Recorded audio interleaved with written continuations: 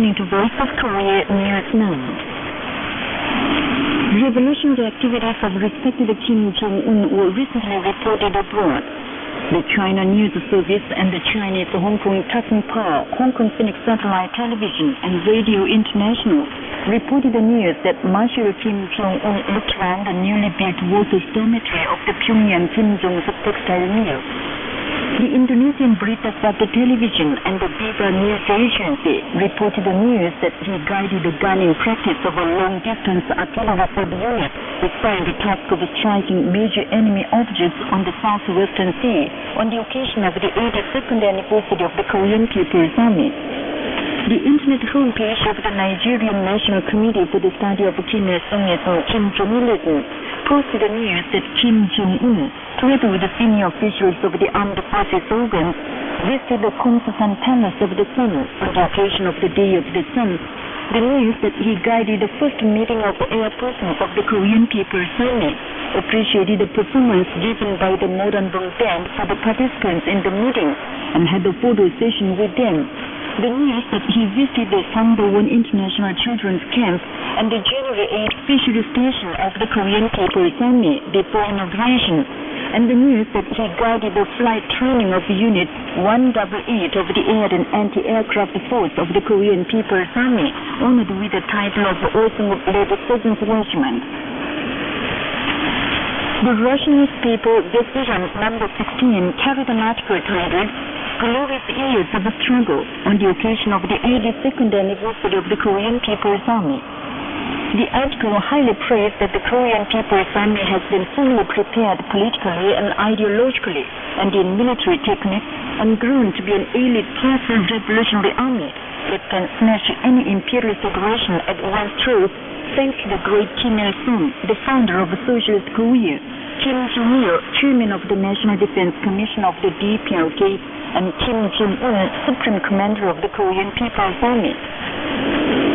Gold Prize was awarded to Kim Il-sung, the flower of the sun, at the Qingdao World Horticultural Expo in Shandong Province of China, which opened on April the 25th. Present at the expo were many units from 37 countries, including the DPRK and different parts of China. The awarding ceremony was held on the 6th with the attendance of the personages of the organizing committee of the expo and delegates of different countries. The gold prize and diploma awarded to Kim Il-sung were conveyed to the head of the delegation of the Korea Kim Il-sung Kim Jong-il Committee. The 9th National Meeting of Artists is to be held in Pyongyang, the capital of the DPRK, in mid-May.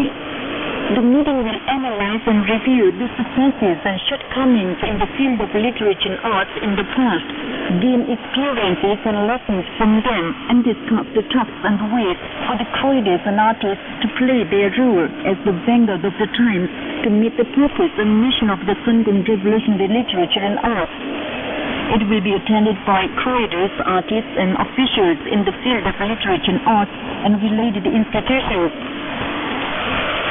A meeting was held in Gangneung City on the 7th on the occasion of the 50th anniversary of the field guidance of the great leaders Kim Il-sung and Kim Jong-il to Chagan Province.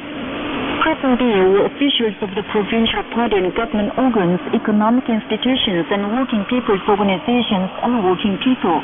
The reporter said the great Kim Il-sung and Kim Jong-il gave field guidance to the Den Hitsun Machine Tool Factory, the Gangneung Pencil Factory, and different other institutions between April the 23rd and early May 1953 or 1964, directly indicating the route to be followed by the province.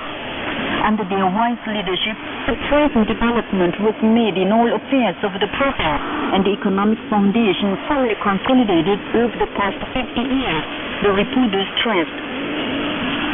Respected Marshal Kim Jong-un, who has always paid deep attention to physical, cultural, and sports of the country and been concerned to provide better sports facilities across the country, sent artificial turf for the football training fields of the Amnogan, Jigwonsa, Pyongyang, Sangdong, and other sports teams and football teams.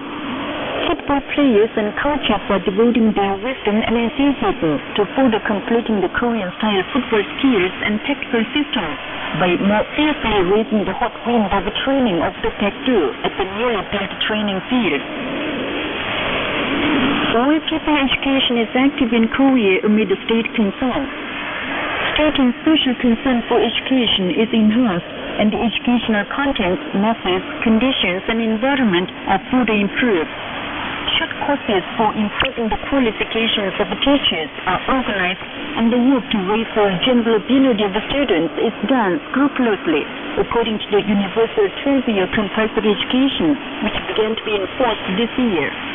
Especially, supporting institutions are sending educational facilities and equipment and materials to educational institutions and facilitating schools. The work for making all the people well-versed in science and technology is successfully promoted under the state-sponsored all-people free educational system, which was established in Korea long ago, such as the compulsory education system and higher education system for the rising generation, study while working higher education system, study system of the whole society, and passing on technical system. Lee Song-ryul, DPRK Ambassador Extraordinary and Plenipotentiary to New Zealand, presented his credentials to Jerry Matepuri, Governor-General of New Zealand, on May the 1st.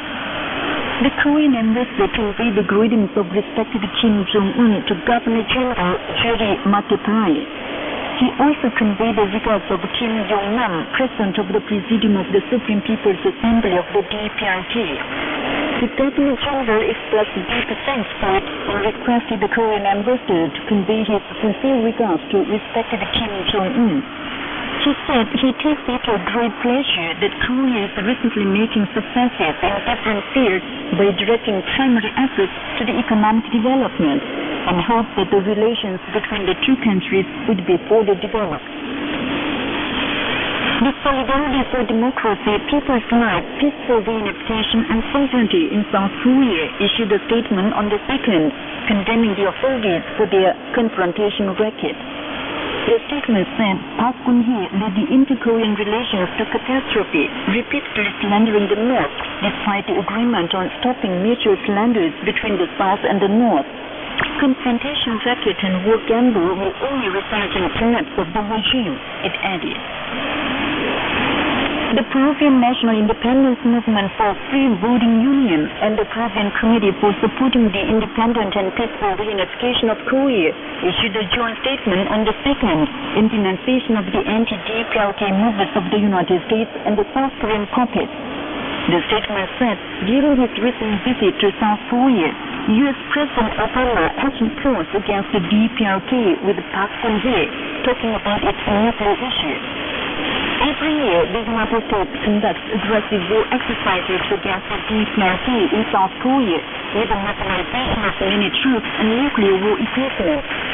The United States is the mastermind that has provoked wars in many parts of the world, killed innocent people, and caused hunger and poverty through arms race, as well as the worst violator of human rights, the statement stated. The Daily Rodong Shimun on Thursday carried an article of commentator under the title, Park Geun-hye's Theory on the Windfall of Unification Analyzed. The article said Park Geun-hye has recently presented preposterous theory on windfall of unification instead of the unification jar once raised by the Lee Myung-bak group, evoking ridicule of the South Korean people and the public at home and abroad. Park Geun-hye's theory on the windfall of unification is a wicked theory on institutional confrontation and theory on institutional unification, and a dangerous theory for war on the North and theory for nuclear disasters, going against the aspirations of the whole fellow countrymen for peaceful reunification of the country and co-prosperity of the nation and the trend of the times, the article exposed. And that's the end of the news read by Kim Hyun-oh for this Voice of Korea. For prevention and mitigation of natural disasters. May the 8th is the World Day of Red Cross and Red Crescent. The International Red Cross and Red Crescent movement is guided by the fundamental principles humanitarianism, impartiality, neutrality, independence, voluntary service, oneness, and universality in its activities. It also strengthens international and regional cooperation and solidarity regarding the protection of human lives and stabilization of the life of the refugees as its main mission.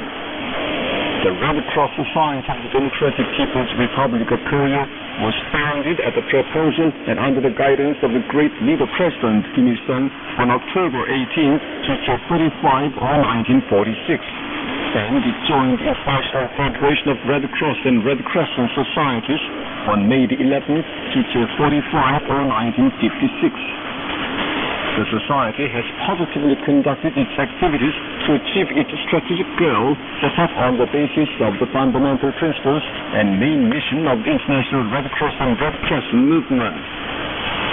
The main content of its activities is to rescue people and protect property from various disasters and crises, and enhance the ability of restoration by making advanced preparations and enhancing the capacity to cope with emergency, putting main stress on the prevention and mitigation of disasters.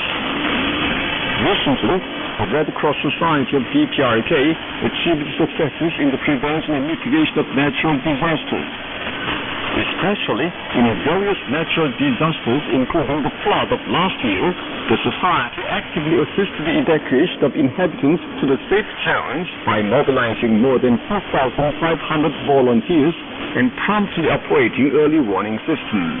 And the society reduced the number of casualties through active first aid services and healthcare and hygienic information activities in the afflicted regions.